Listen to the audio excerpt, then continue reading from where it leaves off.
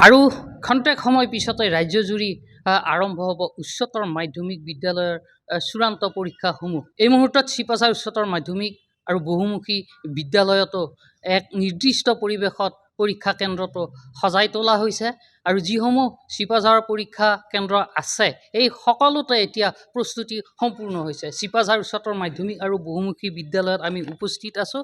ইয়াতে বিদ্যালয় কৰ্তৃপক্ষই এনেদৰে ডেস্ক বেঞ্চসমূহ পৰিষ্কাৰ পৰিচ্ছন্নভাৱে সজাই তুলিছে আৰু ইয়াতে ক্ৰমিক নম্বৰ, ৰোল নম্বৰ এইবোৰ সজাই তোলা হৈছে যাতে কোনো বিঘিনি নঘটাকৈ শান্তিপূৰ্ণ পৰিৱেশত পৰীক্ষা অনুষ্ঠিত কৰিব পাৰে, তাৰ বাবে সকলো সচেষ্ট হৈ আছে। ইতিমধ্যে ইয়াতে এই কোঠালীটোৰ বেৰত এটা ঘড়ী ওলমি থকা আমি দেখা পাইছোঁ। ঠিক ১:৩০ বজাৰ লগে লগেই আৰম্ভ হ'ব পৰীক্ষা। বিদ্যালয়ৰ অধ্যক্ষগৰাকী আছে। ছাৰ, কেনেদৰে সাজু কৰা হৈছে? আমি বিগত বৰ্ষৰ এইবুলি আমাৰ যিটো উচ্চতৰ মাধ্যমিকৰ চূড়ান্ত পৰীক্ষা আৰম্ভ হ'ব, চলিব আজিৰ পৰা, আমি সম্পূৰ্ণভাৱে প্ৰস্তুতি চলাই লৈছোঁ, সজাৰ পৰা তোলা হৈছে। আমি আশা ৰাখিছোঁ আমাৰ চিপাঝাৰ উচ্চতৰ মাধ্যমিক আৰু বহুমুখী বিদ্যালয়ৰ যিটো পৰীক্ষা কেন্দ্ৰ সুচাৰুৰূপে পৰিচালনা হ'ব।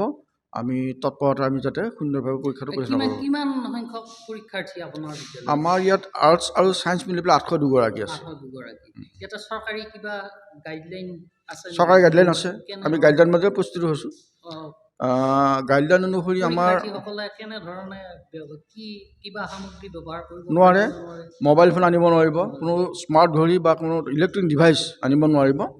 আমাৰ বিদ্যালয়ত পানীৰ ব্যৱস্থা আমি কৰিছোঁ, মেডিকেলৰ বাবে আমি যোগাযোগ কৰিছোঁ, পুলিচ প্ৰশাসনৰ মানুহ তেখেতসকল আহিব। ইতিমধ্যে আমি কোনো ধৰণৰ ছাত্ৰ ছাত্ৰীৰ অসুবিধা নোহোৱাকৈ আমি পৰীক্ষাটো যাতে চলাই নিব পাৰোঁ তাৰ কাৰণে আমি সুন্দৰভাৱে আমি প্ৰস্তুতি চলাই আছোঁ। হয়, এনেদৰেই বিদ্যালয়ৰ যিটো পৰীক্ষা কেন্দ্ৰ আছে ইয়াতে সকলো সাজু কৰি তোলা হৈছে। ইতিমধ্যেই বিদ্যালয়ৰ চৌহদৰ বাহিৰত কিছুসংখ্যক ছাত্ৰ ছাত্ৰী আহি এজন এজনকৈ কিছুসংখ্যক ছাত্ৰ ছাত্ৰী আহি উপস্থিত হৈছে পৰীক্ষা দিবৰ বাবে।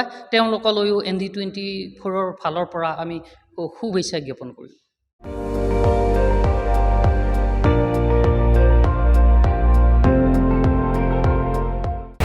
আপুনি চাই আছে ND24, সৰ্বশ্ৰেষ্ঠ নহয়, সৰ্বোত্তমৰ দৌৰত।